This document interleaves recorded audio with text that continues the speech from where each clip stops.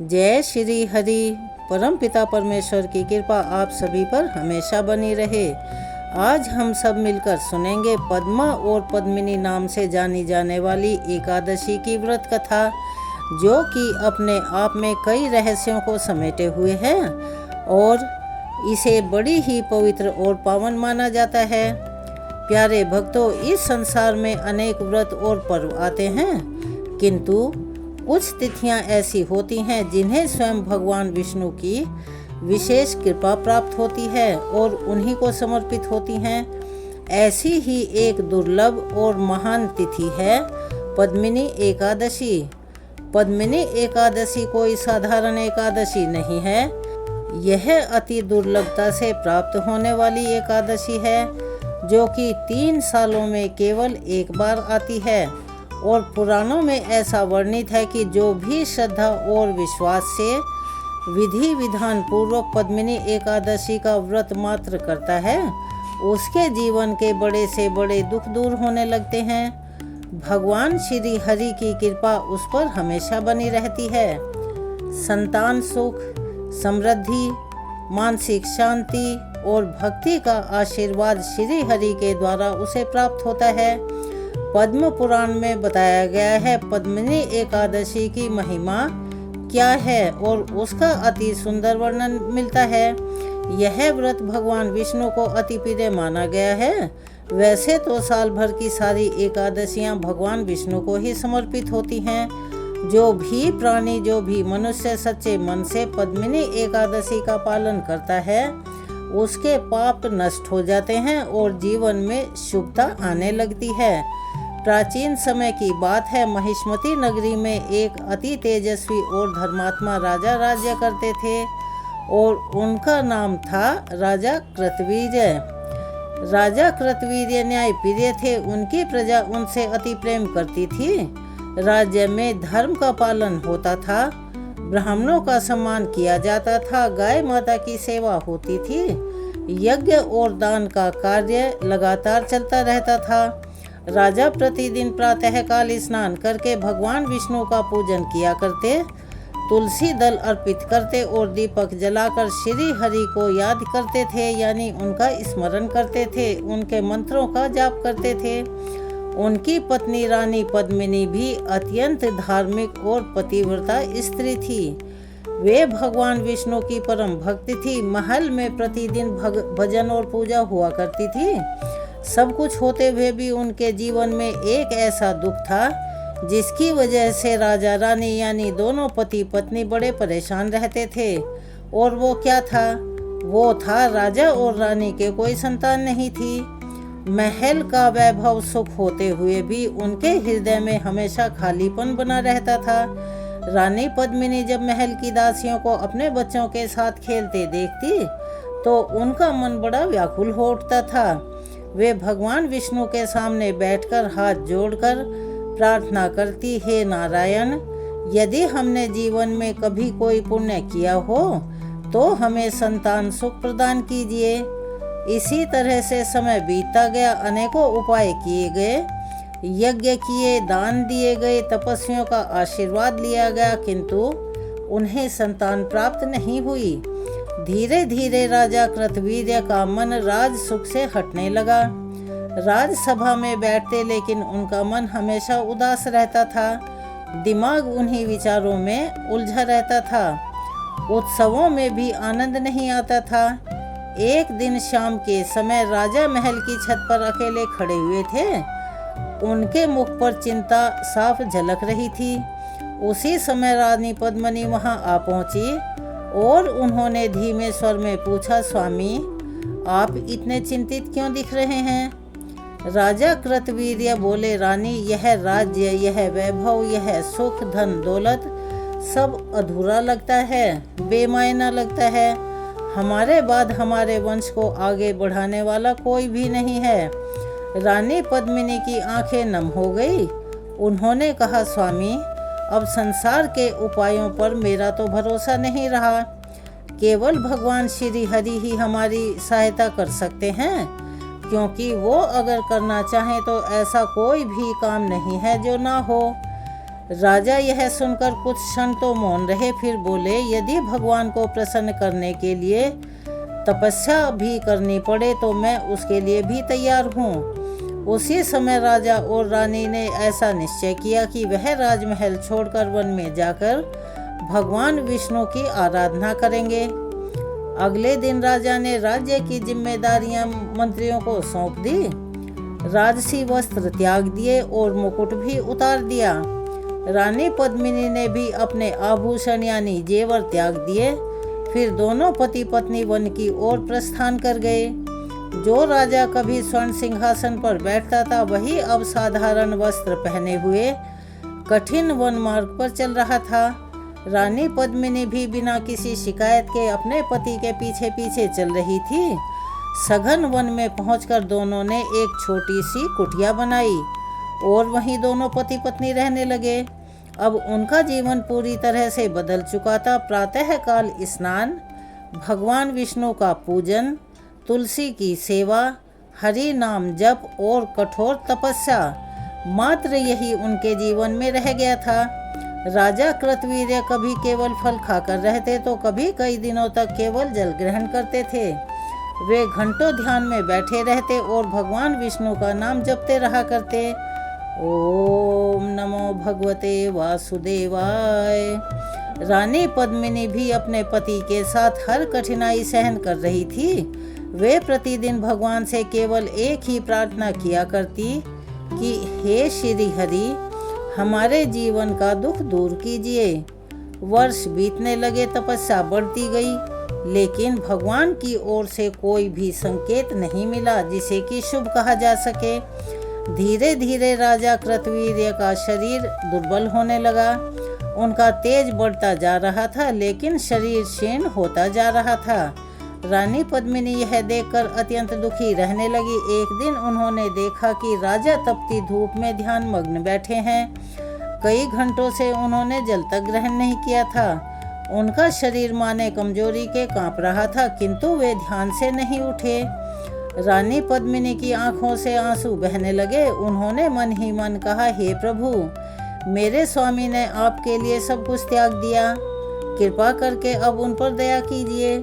उसी रात रानी पद्मिनी सो नहीं पाई। उनका मन अति बेचैन था। वे सोचने लगी, क्या कोई ऐसा व्रत है जिसे भगवान विष्णु अति प्रसन्न हो और जल्दी से प्रसन्न हो जाएं। प्रातःकाल उन्होंने स्नान किया और भगवान का स्मरण करके वन में आगे बढ़ चली। कुछ दूर चलने के बाद उन्हें एक दिव्य आश्रम दिखाई दिया। वहाँ वेद मंत्रों की ध्वनि गुंजायमान हो रही थी। वातावरण अत्यंत शांत और पवित्र था। आश्रम के चारों ओर ऋषि मुनि तपस्या में लीन थे। तो प्यारे भक्तों, वो आश्रम था महान पतिव्रता माता अनसुईया का। रानी पद्मिनी ने माता अनसुईया के चरणों में प्रणाम किया। माता अनसुईया ने स्नेहपूर्वक पूछा, बेटा तुम कौन हो और तुम्हारे मन में इतनी व्याकुलता क्यों है? रानी पद्मिनी की आंखें भर आई। वे बोली, माता, मैं राजा कृतवीर्य की पत्नी पद्मिनी हूँ। मेरे स्वामी वर्षों से कठोर तप कर रहे हैं, लेकिन हमें अब तक संतान प्राप्त नहीं हुई। कृपया करके कोई ऐसा उपाय बताइए जिससे भगवान विष्णु प्रसन्न हो जाएं और अतिशीघ्र हो जाएं।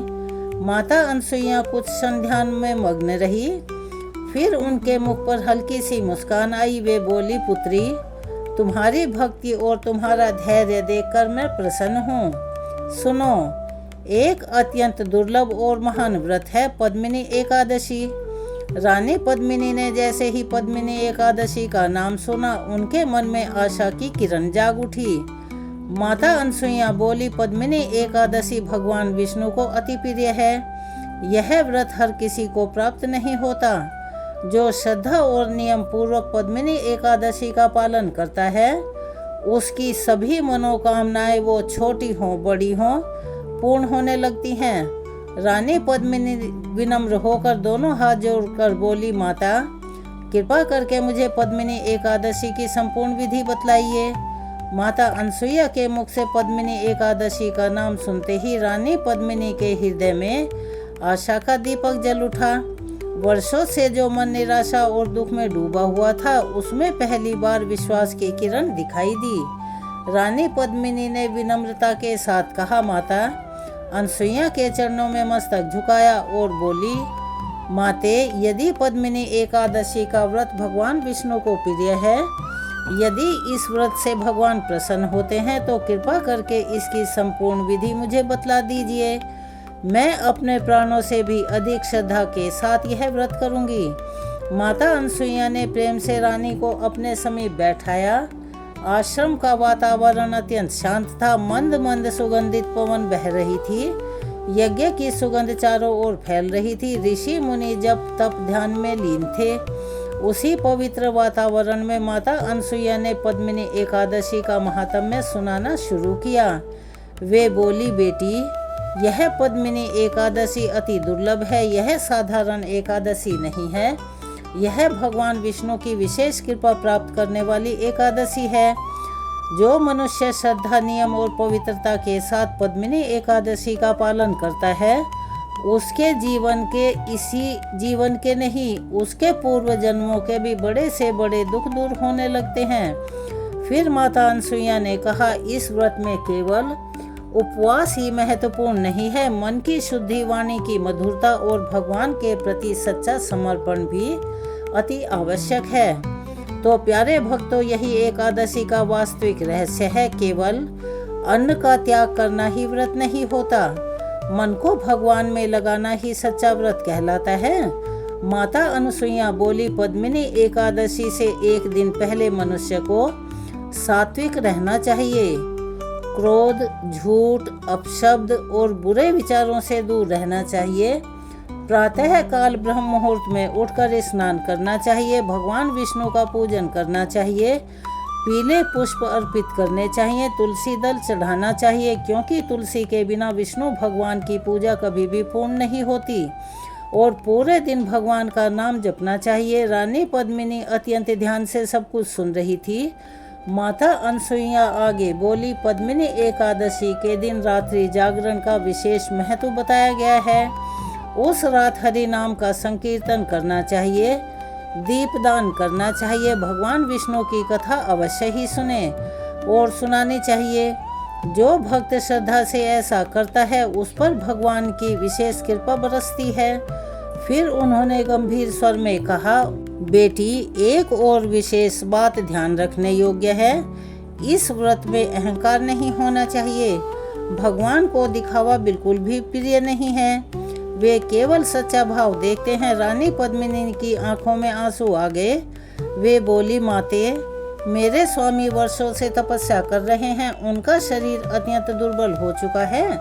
मैं केवल इतना चाहती हूँ कि भगवान श्री हरि उन पर कृपा करें। माता अनसुईया ने आशीर्वाद देते हुए कहा, पुत्री, तुम्हारा धैर्य व्यर्थ नहीं जाएगा। श्रद्धा से पद्मिनी एकादशी का व्रत करो, भगवान अवश्य प्रसन्न होंगे। रानी पद्मिनी ने उसी क्षण संकल्प लिया कि वे पूर्ण नियम पूर्वक पद्मिनी एकादशी का पालन करेंगी। इसके बाद वे अपने आश्रम में लौट आई, जहाँ राजा कृतवीर्य तपस्या में लीन थे। राजा का शरीर अत्यंत कमजोर हो चुका था। उनके चेहरे पर तपस्या का तेज था, किंतु शरीर दुर्बल दिखाई देता था। रानी पद्मिनी उनके पास बैठ गई। राजा ने नेत्र खोले और पूछा, रानी, तुम कहाँ गई थी? रानी ने अत्यंत विनम्रता से कहा, स्वामी, मैं माता अनसुईया के आश्रम गई थी। उन्होंने मुझे एक महान व्रत के बारे में बतलाया है। पद्मिनी एकादशी। राजा कृतवीर्य ध्यान से सुनने लगे। रानी बोली, माता अनसुईया ने कहा है कि जो श्रद्धा से पद्मिनी एकादशी का पालन करता है, भगवान विष्णु उसकी मनोकामना अवश्य ही पूर्ण करते हैं। राजा के मन में आशा जाग उठी। उन्होंने कहा, यदि यह व्रत भगवान को प्रिय है, तो हम अवश्य ही इसका पालन करेंगे। तो प्यारे भक्तों, भगवान की ओर बढ़ाया गया एक सच्चा कदम कभी भी बेकार नहीं जाता। धीरे धीरे वह पवित्र समय निकट आने लगा। जब पद्मिनी एकादशी आने वाली थी, वन का वातावरण भी मानव दिव्यता से भरने लगा था। प्रातः काल पक्षियों का मधुर कलरव यानी उनकी चहचहाहट सुनाई देती। मंद पवन बहती, ऋषि मुनि जप और तप में लीन रहा करते थे। रानी पद्मिनी ने पद्मिनी एकादशी की तैयारी शुरू कर दी। उन्होंने कुटिया को साफ स्वच्छ किया, भगवान विष्णु के पूजन के लिए पुष्प एकत्र किए, तुलसी दल लाए गए, घी का दीपक तैयार किया गया। प्यारे भक्तों, जब कोई भक्त सच्चे मन से भगवान के लिए तैयारी करता है तो उसकी प्रत्येक छोटी सेवा भी भगवान को प्यारी लगती है। आखिर वो दिन आ ही गया। पद्मिनी एकादशी का पवित्र दिन प्रातः काल ब्रह्म मुहूर्त में राजा और रानी उठे। दोनों ने नदी में स्नान किया, शुद्ध वस्त्र धारण किए, फिर भगवान विष्णु की मूर्ति के सामने आसन ग्रहण किया। घी का दीपक प्रज्वलित किया गया, तुलसी दल अर्पित किए गए, पीले पुष्प भगवान को चढ़ाए गए। राजा और रानी दोनों ने हाथ जोड़कर संकल्प लिया, हे भगवान श्री हरि, हम श्रद्धा और नियम पूर्वक पद्मिनी एकादशी का व्रत कर रहे हैं, कृपा करके हम पर प्रसन्न होइए। इसके बाद दोनों भगवान का नाम जपने लगे, ओम नमो भगवते वासुदेवाय। भक्तों, हरि नाम का प्रभाव अत्यंत अद्भुत होता है। जब मनुष्य सच्चे मन से भगवान का नाम लेता है तो उसके भीतर का डर और भय, दुख धीरे धीरे कम होने लगते हैं। दिन बीतने लगा, सूर्य की गर्मी बढ़ने लगी। राजा कृतवीर्य कई दिनों की तपस्या से पहले ही दुर्बल हो चुके थे। अब इस व्रत के कारण उनका शरीर और कमजोर होने लगा, यानी कि उन्हें कमजोरी महसूस होने लगी, किंतु उन्होंने अपने संकल्प को नहीं छोड़ा। रानी पद्मिनी भी पूर्ण श्रद्धा से भगवान का ध्यान कर रही थी। वे बार बार भगवान विष्णु के चरणों में प्रार्थना करती कि हे नारायण, यदि हमारी भक्ति सच्ची है तो कृपा करके हमारे जीवन के दुख दूर कीजिए। संध्या का समय आया। रानी पद्मिनी ने भगवान के सामने दीपदान किया। पूरी कुटिया दीपकों के प्रकाश से जगमगा उठी। फिर दोनों ने मिलकर भगवान विष्णु का कीर्तन किया। गोविंद माधव वासुदेव रात्रि होने लगी, किंतु पद्मिनी एकादशी का व्रत अभी पूर्ण नहीं हुआ था। माता अनसुईया ने कहा था कि रात्रि जागरण करना अति आवश्यक है, इसीलिए राजा और रानी दोनों पूरी रात भगवान का स्मरण करते रहे। कभी भजन गाते, कभी मंत्र जपते, कभी भगवान की कथा सुनाते। तो प्यारे भक्तों, वही रात्रि उनके जीवन की सबसे महत्वपूर्ण रात्रि बनने वाली थी, क्योंकि पद्मिनी एकादशी की उस पवित्र रात्रि में उनकी भक्ति से प्रसन्न होकर स्वयं भगवान विष्णु साक्षात उनके सामने प्रकट होने वाले थे। पद्मिनी एकादशी की वह पवित्र रात्रि धीरे धीरे और अधिक दिव्य होती जा रही थी। वन के चारों ओर गहरा सन्नाटा था, किंतु राजा कृतवीर्य और रानी पद्मिनी की कुटिया से निरंतर भगवान विष्णु के नाम का मधुर संकीर्तन सुनाई दे रहा था। घी के दीपक की लौ शांत होकर जल रही थी। तुलसी की सुगंध वातावरण में फैल रही थी। भगवान विष्णु की मूर्ति के सामने राजा और रानी विनम्र भाव से हाथ जोड़कर बैठे थे और लगातार जप कर रहे थे, ओम नमो भगवते वासुदेवाय। भक्तों, जब कोई भक्त पूरी श्रद्धा और विश्वास के साथ, समर्पण भाव के साथ भगवान का नाम जपता है, तब उसका मन धीरे धीरे संसार के सभी सुखों से, भौतिक चाहतों से हटकर भगवान में स्थिर होने लगता है। यही पद्मिनी एकादशी का वास्तविक प्रभाव है। रात्रि का पहला प्रहर बीत गया। राजा कृतवीर्य का शरीर अत्यंत दुर्बल तो हो ही चुका था। कई वर्षों की तपस्या और अब कठिन व्रत के कारण उनका शरीर कांपने लगा, लेकिन उनके चेहरे पर एक अद्भुत तेज दिख रहा था। रानी पद्मिनी अपने पति की अवस्था देखकर चिंतित थी, किंतु उनके मन में भगवान विष्णु के प्रति अटल विश्वास था। वे मन ही मन प्रार्थना करती जा रही थी, हे श्री हरि, आज हमारी पद्मिनी एकादशी का व्रत पूर्ण श्रद्धा से स्वीकार कीजिए।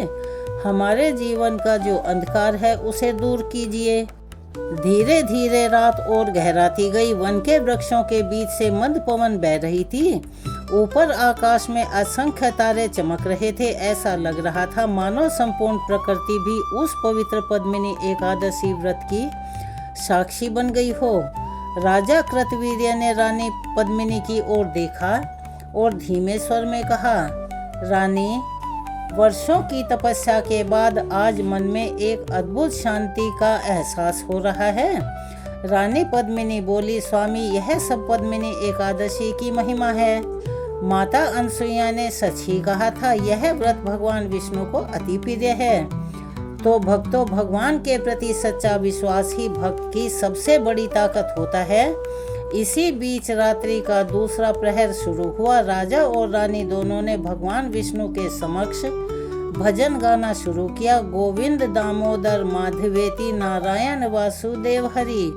भक्तों, हरि नाम संकीर्तन का प्रभाव केवल कानों तक सीमित नहीं रहता, वह सीधे मन और आत्मा को स्पर्श करता है। रात्रि बीतती गई, अब शरीर थकने लगा था, उनके नेत्र भारी होने लगे थे, किंतु पद्मिनी एकादशी का जागरण अभी शेष था। रानी पद्मिनी ने भगवान के सामने घी का दीपक पुनः प्रज्वलित किया और बोली, हे नारायण, हमारी भक्ति को स्वीकार कीजिएगा। फिर उन्होंने भगवान विष्णु को पीले पुष्प अर्पित किए, तुलसी दल चढ़ाए और पुनः जप में लीन हो गई। पद्मिनी एकादशी में तुलसी सेवा का अत्यंत महत्व बताया गया है। शास्त्रों में ऐसा वर्णित है कि जहाँ तुलसी का सम्मान होता है वहाँ भगवान विष्णु का निवास होता है। रात्रि का तीसरा प्रहर प्रारंभ हो चुका था। अब राजा कृतवीर्य अत्यंत कमजोरी महसूस कर रहे थे। उनका शरीर बार बार डगमगाने लगा, किंतु उन्होंने अपना संकल्प नहीं तोड़ा। उन्होंने कहा, यदि भगवान को प्रसन्न करने के लिए यह शरीर भी त्यागना पड़े तो मुझे स्वीकार है। रानी पद्मिनी की आंखों से आंसू बहने लगे। वे बोली, स्वामी, भगवान अवश्य ही हमारी परीक्षा ले रहे हैं, लेकिन मुझे विश्वास है कि पद्मिनी एकादशी का यह व्रत व्यर्थ नहीं जाएगा। भक्तों, भगवान अपने भक्त की परीक्षा लेते तो हैं, किंतु सच्चे भक्त को कभी छोड़ते नहीं। धीरे धीरे रात्रि का अंतिम प्रहर आ गया और तभी अचानक उस कुटिया के भीतर एक दिव्य प्रकाश फैलने लगा। पहले वह प्रकाश छोटा सा था, फिर धीरे धीरे पूरा आश्रम उस तेज से भर गया। वन के वृक्ष चमक उठे, दीपक की लो मानो उस दिव्य प्रकाश में विलीन हो गई। राजा और रानी आश्चर्य से चारों ओर देखने लगे। तभी उस दिव्य प्रकाश के बीच एक अद्भुत स्वर गूंजा, राजन कृतवीर्य, रानी पद्मिनी। वो कोई साधारण स्वर नहीं था, वह स्वयं भगवान विष्णु का स्वर था। राजा और रानी ने ऊपर देखा और उनके नेत्र विस्मय से भर उठे। उनके सामने स्वयं भगवान विष्णु प्रकट थे। उनकी चार भुजाएं शंख, चक्र, गदा और पद्म पीतांबर धारण किए हुए भगवान का स्वरूप अत्यंत दिव्य था। उनके मुखमंडल से अनंत करुणा प्रकट हो रही थी। तो भक्तों, वर्षों की तपस्या, भक्ति और पद्मिनी एकादशी के व्रत का फल आज उन्हें प्राप्त हो चुका था। राजा और रानी तुरंत भगवान के चरणों में गिर पड़े। दोनों की आंखों से आंसू बह रहे थे। वे बोले, हे प्रभु, हमारा जीवन धन्य हो गया। आज आपकी कृपा से हमें आपके दर्शन प्राप्त हुए। भगवान विष्णु धीमे से मुस्कुराए। उन्होंने कहा, राजन, रानी पद्मिनी, तुम्हारी तपस्या और पद्मिनी एकादशी के व्रत से मैं अति प्रसन्न हूँ। तो प्यारे भक्तों, भगवान को प्रसन्न करने के लिए बड़े वैभव की आवश्यकता नहीं होती, दिखावे की आवश्यकता नहीं होती। केवल सच्ची श्रद्धा और विश्वास ही उनके लिए सबसे प्रिय होता है और सबसे बड़ा धन है। भगवान विष्णु बोले, रानी पद्मिनी, तुम्हारा धैर्य और पतिव्रता धर्म अद्भुत है और राजन कृतवीर्य, तुम्हारी तपस्या ने मुझे प्रसन्न कर दिया है। फिर भगवान ने कहा कि वर मांगो। राजा कृतवीर्य विनम्र होकर हाथ जोड़ते हुए बोले, प्रभु, यदि आप वास्तव में प्रसन्न हैं तो हमें एक ऐसा पुत्र प्रदान कीजिए जो महान, तेजस्वी और धर्म की रक्षा करने वाला हो। भगवान विष्णु मुस्कुराए। उन्होंने कहा, तुम्हें एक महान पराक्रमी पुत्र प्राप्त होगा। उसका यश तीनों लोकों में फैलेगा। वह इतना बलशाली होगा कि बड़े बड़े योद्धा भी उसके सामने पराजित हो जाएंगे। तो प्यारे भक्तों, भगवान का वरदान कभी व्यर्थ नहीं जाता। भगवान विष्णु ने आगे कहा, यह सब पद्मिनी एकादशी के व्रत का प्रभाव है। जो मनुष्य श्रद्धा और नियम पूर्वक पद्मिनी एकादशी का पालन करता है, उसके जीवन की बाधाएं दूर होने लगती हैं। फिर भगवान बोले, जो संतान सुख चाहता है उसे संतान प्राप्त होती है। जो मानसिक शांति चाहता है उसे शांति मिलती है। जो भक्ति चाहता है उसके हृदय में भक्ति जाग उठती है। तो प्यारे भक्तों, पद्मिनी एकादशी केवल मनोकामना पूर्ण करने वाला ही व्रत नहीं है, यह मनुष्य के जीवन को भीतर से बदल देता है। भगवान विष्णु के दिव्य दर्शन के बाद राजा और रानी का हृदय आनंद से भर उठा। उसी समय भगवान ने उन्हें एक ऐसा आशीर्वाद दिया जिसके कारण आगे चलकर उनके पुत्र का नाम संपूर्ण पृथ्वी पर प्रसिद्ध होने वाला था। भक्तों, भगवान विष्णु के दिव्य दर्शन पाकर राजा कृतवीर्य और रानी पद्मिनी का हृदय भक्ति और आनंद से पहले से भी अधिक भर उठा। वर्षों की तपस्या, वर्षों का दुख, वर्षों की प्रतीक्षा उस एक ही पल में मानो मिट गई, समाप्त हो गई। भगवान विष्णु का दिव्य तेज संपूर्ण वन में फैल रहा था। ऐसा प्रतीत हो रहा था मानो देवता भी उस पवित्र पद्मिनी एकादशी व्रत की महिमा का गुणगान कर रहे हों। राजा और रानी दोनों भगवान के चरणों में सिर झुकाए खड़े थे। उनके नेत्रों से निरंतर आंसू बह रहे थे। भगवान विष्णु ने करुणा भरे स्वर में कहा, राजन कृतवीर्य, तुम्हारी तपस्या और रानी पद्मिनी की अटूट श्रद्धा से मैं अति प्रसन्न हुआ हूँ। पद्मिनी एकादशी का व्रत कभी व्यर्थ नहीं जाता। जो भक्त सच्चे मन से इसका पालन करता है उसकी पुकार मैं अवश्य सुनता हूँ। तो मेरे प्यारे भक्तों, यही भगवान की सबसे बड़ी विशेषता है। वे भक्त के बाहरी वैभव को नहीं देखते, वे उसके हृदय का भाव देखते हैं। भगवान विष्णु आगे बोले, राजन, तुम्हें एक ऐसा पुत्र प्राप्त होगा जो अतुलनीय होगा, बल और पराक्रम से युक्त होगा। उसका नाम संपूर्ण पृथ्वी पर फैल जाएगा। रानी पद्मिनी विनम्र भाव से हाथ जोड़कर बोली, प्रभु, यह सब आपकी ही कृपा है। यदि आपकी कृपा न हुई होती तो हम कभी इस सुख को प्राप्त नहीं कर सकते थे।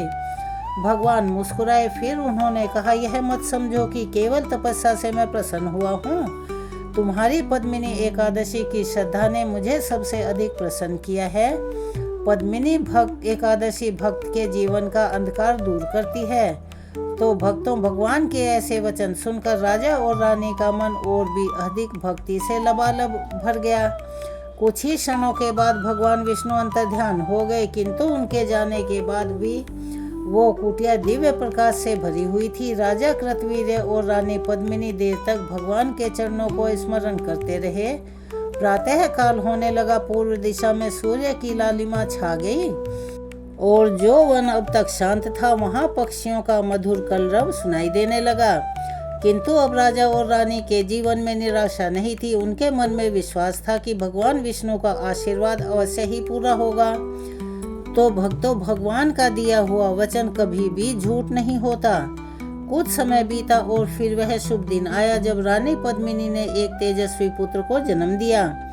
पूरा वन मानो आनंद से भर उठा। ऋषि मुनि आशीर्वाद देने आए, देवताओं ने पुष्प वर्षा की। राजा कृतवीर्य की आंखों से खुशी के आंसू बहने लगे। उन्होंने अपने पुत्र को गोद में उठाकर भगवान विष्णु का स्मरण किया। हे श्री हरि, आपकी कृपा से हमारा जीवन सफल हो गया। उस बालक का नाम रखा गया कार्तवीर्य अर्जुन। यह वही कार्तवीर्य अर्जुन थे जिनका वर्णन पुराणों में अत्यंत पराक्रमी राजा के रूप में मिलता है। और ऐसा कहा जाता है कि आगे चलकर कार्तवीर्य अर्जुन इतने बलशाली हुए कि उन्होंने रावण जैसे महान योद्धा को भी युद्ध में पराजित करके बंदी बना लिया था। तो यह कोई साधारण बात नहीं थी, यह सब पद्मिनी एकादशी के व्रत का प्रभाव था। इसीलिए शास्त्रों में बार बार कहा गया है कि पद्मिनी एकादशी का व्रत मनुष्य के जीवन की असंभव प्रतीत होने वाली बाधाओं को भी दूर कर सकता है। जो संतान सुख चाहता है उसे संतान सुख प्राप्त होता है। जो दुखों से घिरा हुआ है उसके जीवन में धीरे धीरे सुख आने लगता है। जो मानसिक अशांति से पीड़ित है उसके मन को शांति मिलने लगती है। और जो भगवान विष्णु की भक्ति चाहता है उसके हृदय में भक्ति का दीपक जल उठता है। पद्मिनी एकादशी केवल इच्छाएं पूरी करने वाला व्रत मात्र नहीं है, यह मनुष्य को भगवान के प्रति समर्पण सिखलाता है। यह व्रत हमें सिखाता है कि जब संसार के सारे मार्ग बंद हो जाएं, तब भी भगवान पर विश्वास नहीं छोड़ना चाहिए, क्योंकि उनका दर अपने भक्तों के लिए हमेशा खुला रहता है। राजा कृतवीर्य के पास राज्य था, वैभव था, शक्ति थी, लेकिन जब तक भगवान की कृपा नहीं हुई तब तक उनका जीवन अधूरा रहा, और जब उन्होंने सच्चे मन से भगवान की शरण ली तब उनके जीवन का अंधकार स्वतः ही समाप्त हो गया। तो यही इस कथा की सबसे बड़ी शिक्षा है। जीवन में कठिनाइयां तो आएंगी, कभी मन टूटेगा, कभी निराशा होगी, लेकिन यदि मनुष्य भगवान श्री हरि का नाम नहीं छोड़ेगा तो एक दिन भगवान उसकी पुकार अवश्य सुनेंगे और उसे सही और उसे सुख देने वाला मार्ग दिखाएंगे। पद्मिनी एकादशी का व्रत करते समय मन को पवित्र रखना चाहिए, क्रोध, झूठ और अहंकार से दूर रहना चाहिए, तुलसी की सेवा अवश्य ही करनी चाहिए, हरि नाम का संकीर्तन करना चाहिए, रात्रि में जागरण अवश्य ही करें और भगवान विष्णु की कथा सुननी चाहिए, पढ़नी चाहिए और दूसरों को भी सुनानी चाहिए, क्योंकि अपने आप पढ़ने और सुनने की बजाय दूसरों को कथा सुनाने का पुण्य और भी अधिक बताया गया है। रात्रि में जागरण करें, कथा सुनाएं, क्योंकि जहाँ भगवान का नाम होता है वहाँ धीरे धीरे दुख और नकारात्मकता अपने आप दूर होने लगती है। यदि आपके जीवन में भी कोई ऐसी समस्या है जिसका समाधान आपको नहीं दिख रहा, यदि घर में कलेश होता है, यदि मन अशांत है, संतान सुख की इच्छा है, तो श्रद्धा और विश्वास के साथ पद्मिनी एकादशी का व्रत अवश्य ही कीजिएगा। भगवान श्री हरि की कृपा अवश्य प्राप्त होगी, ऐसा हमारा विश्वास है। और इसी विश्वास के साथ मेरे साथ एक बार प्यार से बोलिए, जय श्री हरि, जय श्री विष्णु। श्रद्धा से जय श्री हरि के नाम का जयकारा हमें अवश्य ही सफलता दिलवाता है, और कमेंट्स बॉक्स में जय श्री हरि अवश्य ही लिखें। और अगर आपको हमारी यह कथा, हमारी कोशिश पसंद आई हो तो प्लीज़ चैनल को सब्सक्राइब करें, वीडियो को लाइक करें, ज़्यादा से ज़्यादा शेयर करें, बेल आइकन को भी अवश्य ही दबाएं। कमेंट्स बॉक्स में जय श्री हरि, जय श्री विष्णु, जय माता लक्ष्मी अवश्य ही लिखें। हर हर महादेव भी लिखना ना भूलें। चलिए अब हम सब मिलकर करते हैं विष्णु चालीसा का पाठ। वैसे तो विष्णु चालीसा का जब भी आप पाठ करते हैं तो इसके सुखद परिणाम ही मिलते हैं, किंतु एकादशी पर श्री विष्णु पूजन का विशेष महत्व है। यह चालीसा विष्णु जी को अति प्रिय है। एकादशी पर श्री विष्णु चालीसा का पाठ करने मात्र से, पढ़ने से वे सारे के सारे दुख दर्द आपके जीवन से दूर हो जाते हैं और भगवान आपको आशीर्वाद देते हैं। चलिए अब हम शुरू करते हैं विष्णु चालीसा। जय श्री हरि।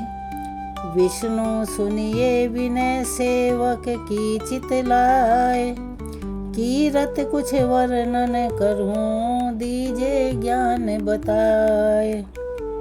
नमो विष्णु भगवान खरारी, कष्ट न सामन अखिल बिहारी। प्रबल जगत में शक्ति तुम्हारी, त्रिभुवन फैल रही उजियारी। सुंदर रूप मनोहर सूरत, सरल स्वभाव मोहिनी मूरत। तन पर पीतांबर अति सोहत, बैजंती माला मन मोहत। शंख चक्र कर गदा विराजे, देखत दैत्य असुर दल भाजे। सत्य धर्म मद लोभ न गाजे, काम क्रोध मद लोभ न छाजे। संत भक्त जन सज्जन मन रंजन, दनुज असुर दुष्टन दल गंजन। सुख उपजाए कष्ट सब भंजन, दोष मिटाए करत जन सज्जन। पाप काट भव सिंधु तारन, कष्ट नाश कर भक्त उबारन। करत अनेक रूप प्रभु धारण, केवल आप भक्ति के कारण। धरन धेनु बन तुम ही पुकारा, तब तुम रूप राम का धारा। भार उतार असुर दल मारा, रावण आदिक को संघारा। आप वराह रूप बनाया, हिरण्याक्ष को मार गिराया। धर्म तस्य तन सिंधु बनाया, 14 रत्नन को निकलाया। अमिलख असुरन द्वंद मचाया, रूप मोहिनी आप दिखाया। देवन को अमृत पान कराया, असुरन को छवि से बहलाया। कर्म रूप धर सिंधु मझाया, मंद्राचल गिरि तुरत उठाया। शंकर का तुम फंद छुड़ाया, भस्मासुर को रूप दिखाया। वेदन को जब असुर डुबाया, कर प्रबंध उन्हें ढूंढवाया। मोहित बनकर खल ही नचाया, उस ही कर से भस्म कराया। असुर जलंधर अति बलदाई, शंकर से उनकी न लड़ाई। हार पार शिव सकल बनाई, कीन सती से छल खल जाई। सुमिरन कीन तुम्हें शिवरानी, बतलाई सब विपत कहानी। तब तुम बने मुनीश्वर ज्ञानी, वृंदा की सब सुरति भुलानी। देखत तीन दनुज शैतानी, वृंदा आए तुम्हें लपटानी। हो स्पर्श धर्म क्षति मानी, हना असुर उर शिव शैतानी। तुमने ध्रुव प्रहलाद उबारे, हिरण्याकुश आदिक खल मारे। गणिका और अजामिल तारे, बहुत भक्त भव सिंधु उतारे। हरहु सकल संताप हमारे, कृपा करहु हरि सिरजनहारे। देखहु निज मैं दरस तुम्हारे, दीन बंधु भक्तन हितकारे। चाहत आपका सेवक दर्शन, करहु दया अपनी मधुसूदन। जानु नहीं योग्य जप पूजन, होय यज्ञ स्तुति अनुमोदन। शील दया संतोष सुलक्षण, विदित नहीं व्रत बोध विलक्षण। करहु आपका किस विधि पूजन, कुमति बिलोक होत दुख भीषण। करहु प्रणाम कौन विधि सुमिरन, कौन भांति मैं करहु समर्पण। सुर मुनि करत सदा सेवकाई, हर्षित रहत परम गति पाई। दीन दुखिन पर सदा सहाई, निज जन जान लेव अपनाई। पाप दोष संताप नशाओ, भव बंधन से मुक्त कराओ। सुख संपत्ति दे सुख उपजाओ, निज चरणन का दास बनाओ। निगम सदा ये विनय सुनावे, पढ़े सुने सो जन सुख पावे। भक्त हृदय में वास करें, पूर्ण कीजिए काज। शंख चक्र और गदा पद्म है विष्णु महाराज। विष्णु चालीसा यहाँ पर संपूर्ण होती है। चलिए एक बार मेरे साथ प्यार से बोलिए, जय श्री हरि, जय हो विष्णु भगवान की। चलिए अब हम सब मिलकर करते हैं विष्णु भगवान की आरती।